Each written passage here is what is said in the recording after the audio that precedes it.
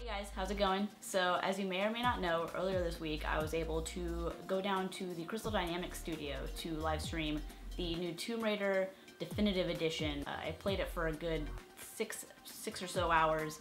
I had a chance to speak to a couple of the developers, and it was just overall such an awesome event. And the game is, in short, ridiculous, but I'll get into the details soon. So while I was there, I briefly spoke to the brand director, Richard Briggs, who basically gave me the rundown of what the Definitive Edition means. A lot of people think that the Definitive Edition is just a port to the next-gen consoles, and let me just tell you right now, that is completely not true. I also got to speak with executive producer Scott Amos, who completely nerded out on me, which was awesome. He was telling me about the lighting, the plants, the vines, the water puddles, the particle effects, the cloth movement, everything in that game, which was, for me personally, like really refreshing to see just a developer just completely like be overwhelmed by the game. I also got to speak with art director Brian Horton, who touched on the complete redesign of Lara Croft's character. And this is a redesign from the 2013 Tomb Raider to this next gen one. And she looks, I don't want to say completely different, but she looks substantially different in a good way. Her hair, the animation of her hair is way more realistic.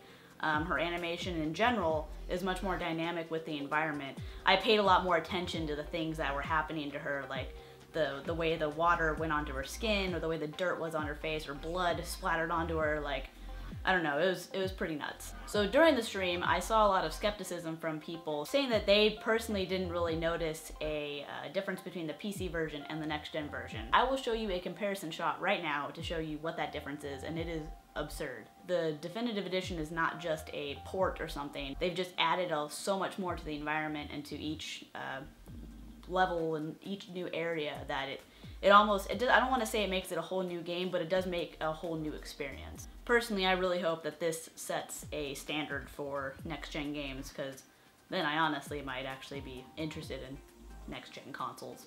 But the Definitive Edition isn't just the complete overhaul of the game. It has a whole bunch of other stuff, and I have a list here because there's no way I was going to remember all of this. So it has the Tomb of the Lost Adventure DLC, 8 additional DLC multiplayer maps, 6 DLC multiplayer weapons, 4 DLC multiplayer characters, 6 all-new outfits for Lara, and my personal favorite was the Aviatrix outfit, because she puts on this like sweet bomber jacket. She looks like she's like from the 1920s.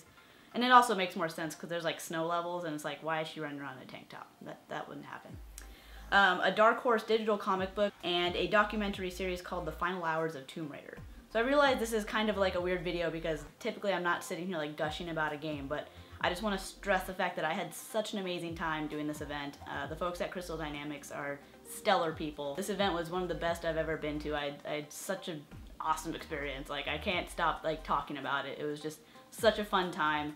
And I know the people who were watching my live stream, I know that you guys had a really good time. You guys were awesome in my chat if you were in the stream. I hope to do more events like this in the future, but yeah.